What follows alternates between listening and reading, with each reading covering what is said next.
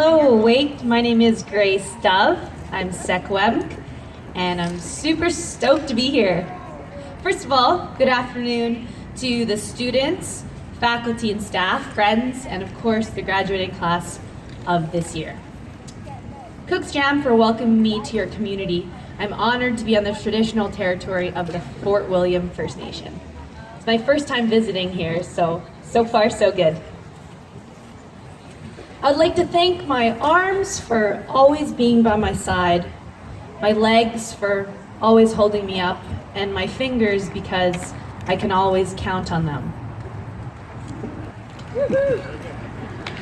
All right, I was just getting warmed up here, okay? I was just seeing if you guys were listening, okay?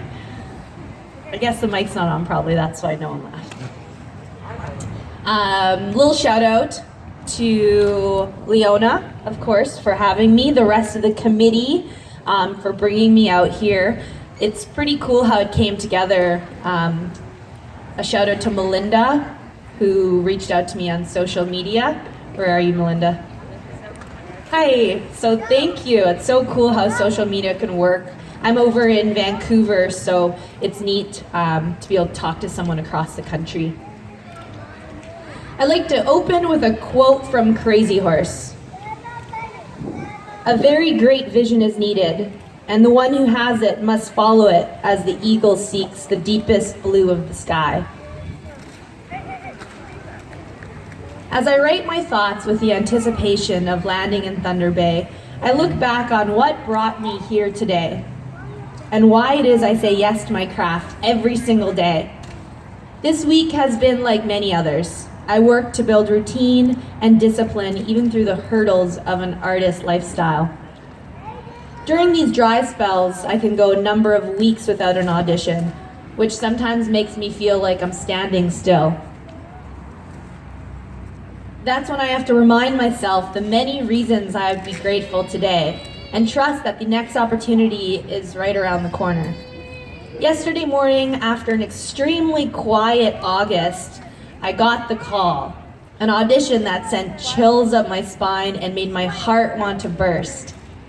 Obviously, I can't quite share details, but I want to describe the feeling I get in my soul when a script feels right. Images, emotions, and characters started dancing off the page, and that moment, just sitting on the plane yesterday, reminded me why I have to say yes to my dreams every single day and believe that the future can be brighter than I have ever imagined. It wasn't many years ago I was celebrating the completion of my post-secondary studies. When one door closes, another one opens. This is such an exciting time for us. Our generation is building strength and making our ancestors proud. When I graduated from high school, I was one of the lucky ones who knew exactly what I wanted to do and spent much of my senior year manifesting my future. Many people didn't believe in me as much as I did. Acting, they'd ask, okay, what's your plan B? I'd always answer just the same way. I'll cross that bridge when I come to it. I learned to be persistent and get out of my own way. When I moved to Vancouver to pursue a career in acting, it was mostly fun and exciting the first few years while I studied. So many new ideas and opinions as a young adult. In a whole new world. I worked hard and I put in the time. So much of school for me was just unlearning the limitations that I'd put on myself when I was younger. Making new friends and constantly expanding my comfort zone and putting myself in situations that I hadn't been in before. My instructors challenged me to stop cheating myself, to start seeing my education for me. And you know, when it comes to studying or putting time into my craft, well, if I don't fully put 110% in it, then it's only hurting me, and I had to learn that. My biggest lessons came after school, when there was no longer anyone asking for my homework and checking on my progress. That's when dedication, discipline, and your own drive to learn must shine. It was a full year before I booked any acting work, and in that time I had 3 part-time jobs. None of them I enjoyed. I was standing around at the fair working for a radio station. I was serving at restaurants, trying to learn lines, carrying them under my tray. All these things because I had a vision and I knew where I wanted to go. There was a lot of learning involved now that I can reflect on, but it just wasn't obvious at the time. At one point, I was going for an audition at Fox Studios in North Vancouver. And it was the first time I'd been over there. It was the first time I was going to this big studio, and I had put all this work into it, and I was all excited. It was for one of those Percy Jackson films. And so I go over there, and I've got, this big plan, and I have to take the bus, and this and that. And one thing after another goes wrong. So I put in days of work just for it to fall apart in the last hour. Buses weren't coming, and then I couldn't get a taxi, so I decided to just run. So I've got, I don't know, maybe a 10 minutes to go or 15 minutes to get there, and I'm already late. So I just start running, and I run like 2 kilometers to the audition. By the time I get there, I'm all sweaty and frazzled, but I'm like, I made it. And then I look down, I realized I lost half of my audition papers somewhere along my run. And by then I got in the room, and I think I cried a little, and it didn't work out, and I walked away really defeated. And I think that was a really big turning point for me, because I questioned whether I was capable of this, if this was what I was meant to do. And I sat in a park, I couldn't even get on the bus, I couldn't even face the world. And I called my dad, and I called home, and I had a really big meltdown and just said, I don't know if this is for me. And that was a year after coming out of school that I hit that challenge. A lot is going to change now that you've moved on to this new chapter. There's bound to be challenges that make you question your career, or maybe you don't quite know what that is yet.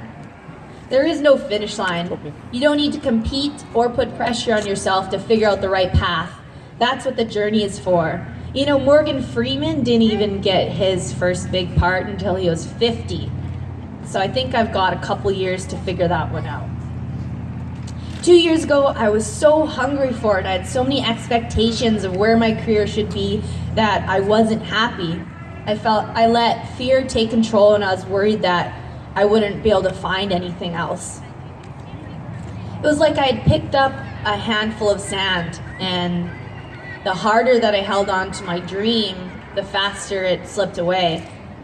And once I was able to kind of sit back and have a bit more trust and faith in the process, that's when it got easier, and I was able to just let that sand sit in my hand. At this point, with my recent success, it might seem like everything has been falling into place quite easily. The truth is, I still take it one day at a time. If I get too far ahead of myself, I can get lost worrying needlessly, because I cannot change the past, and the future is unknown. The present, the everlasting moment, is all we have for certain. Every day I continue to practice just being present.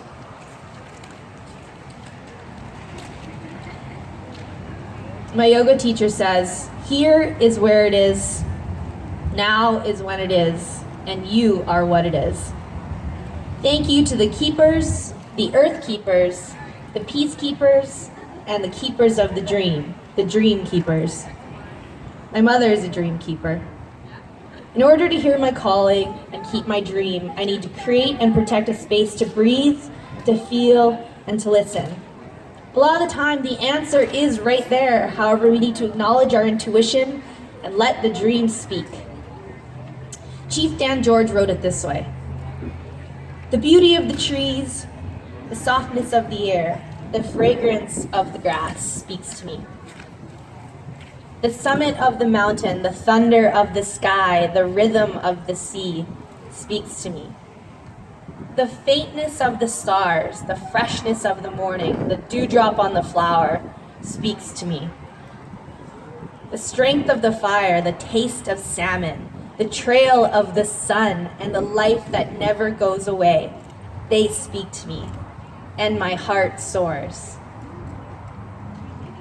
I continue to circle my personal medicine wheel and find balance between the fine line of goals and expectations. What does it mean to be a young adult of this generation? I came to the conclusion that I can take what I like and leave the rest, and I don't have to continue making as many mistakes as possible just to learn lessons the hard way.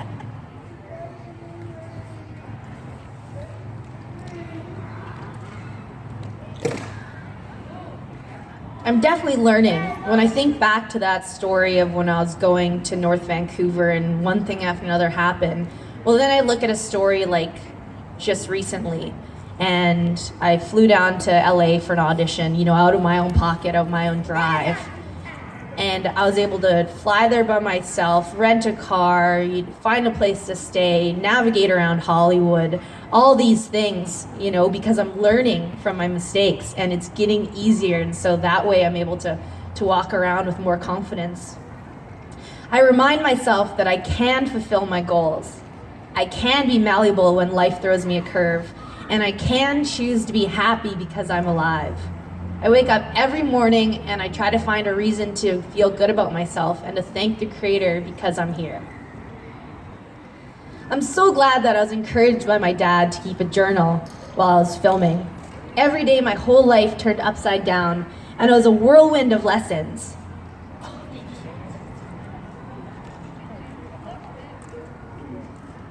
I'd like to share one entry I wrote while I was filming at the end of the world in Argentina. We flew down to near Patagonia. We were on a private charter from LA for over 22 hours without getting off the flight. So it was pretty intense. And while I was there, I realized I was probably the first Shuswap to ever even be on that land. So that's pretty exciting. August 6th, 2015, Ushuaia, Argentina. Holy, my life is changed forever. Today I worked alongside some of the most influential people in film. Across from me in the scene was Leonardo Decaprio. On either side of me was director Alejandro Inarritu and Chivo Emmanuel Lubezki, the cinematographer. I can't believe how amazed these artists are. Brilliant. I felt so calm and ready. I've been waiting my whole life for this. It's funny because in the final scene of the movie, I'm walking away and I was supposed to have a faint smile of love. But as soon as Leo came on set, I had to do my best to hold it back and not lose it with smiles. I mean, we have our son, right? Our romance can't be that fresh. Then when the camera turned on him, I was his eyeline and stood just off camera. When he gave his final performance of the movie, he is staring into my eyes.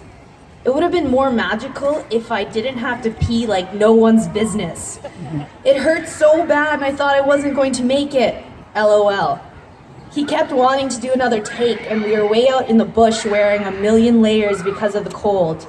I imagined what would happen if I didn't make it. He did about 8 takes, which is admirable. What a star. I learned so much. I can't wait to get back to LA and finish off the rest. Thank you, Creator. In closing, I'd like to share a speech from Chief Dan George written in 1967. Oh, Great Spirit, give me back the courage of the olden chiefs. Let me wrestle with my surroundings. Let me once again live in harmony with my environment. Let me humbly accept this new culture and through it rise up and go on. Like the thunderbird of the old, I shall rise again out of the sea. I shall grab the instruments of education and technology. With these new tools, I shall build my race into the proudest segment of society. I shall see our young people and our chiefs sitting in the houses of law and medicine and government, ruling and being ruled by the knowledge and traditions of our great people and the freedoms of our great land. So shall we shatter the barriers of our isolation. So shall the next 100 years be the greatest in the proud history of our tribes and our nations. I really look up to Chief Dan George because he's a trailblazer for Indigenous peoples in film, and he broke a lot of the stereotypes that had been built up before him. We are the next generation. It's our responsibility to further make connections between the modern world and the teachings from our ancestors. I feel blessed to stand in front of you, lifted by my people, and walk beside you on this path of healing. I feel so much inspiration from my fellow Indigenous artists, leaders, and activists. The fire within my soul is burning brighter every day as I'm influenced by the new movement of our generation who are excelling because our ancestors fought for our future. Even through the scars of colonization, we are still here. You are still here. And today's celebration is proof of our own triumph as a community and a nation. Move forward with love and always remember your roots. Cookstam, thank you.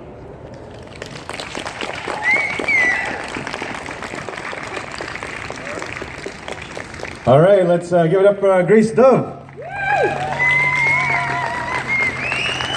So Grace, you're going to be walking around mingling with the crowd this afternoon and everything, so she'll be around if you want to take a picture or have a conversation with her. She's going to be around. It's good to have you and have a role model for all of our students here as well, and we're very proud of you and your accomplishments, and we wish you all the best. So let me go ahead.